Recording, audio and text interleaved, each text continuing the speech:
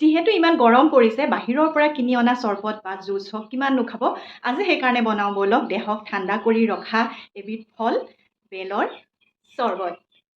এয়া বেলখিনি ফালি লৈ পেলাই মই ইয়াৰ মাজৰ অংশটো উলিয়াই লৈছোঁ। বেলখিনি অৱশ্যে ইমান ভালদৰে পকা নাছিলে, অলপমান কেঁচাই হৈ আছিলে, কিন্তু আনিছে যেতিয়া বনাই পেলাওঁ। এয়া গোটেই বেলখিনি মই ফালি লৈ পেলাই তাৰ ভিতৰৰখিনি ধুনীয়াকৈ উলিয়াই ল'লোঁ। উলিয়াই লৈ পেলাই এইখিনি এতিয়া মই কেনেদৰে কি কৰিম মোৰ লগতে চাই থাকিব ব'লক।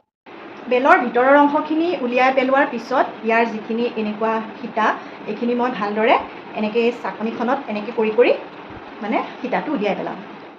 এয়া এইখিনি হৈ গ'ল চাকি পেলাই। এতিয়া ইয়াত আমি চেনি দি পেলাই কেৰাহীত এয়া ভালদৰে উতলাম।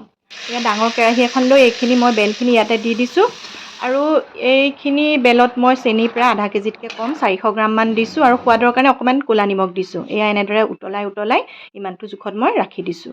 আৰু এনেকৈ ৰেডি হৈ গ'ল বেলৰ চৰবত। আৰু মই এয়া চৰবত বনাব লৈছোঁ। ইয়াতে অকণমান ক'লা নিমখ দিছোঁ আৰু অকণমান জিৰা গুড়ি দিছোঁ, আপোনালোকে দিবও পাৰে মন গ'লে।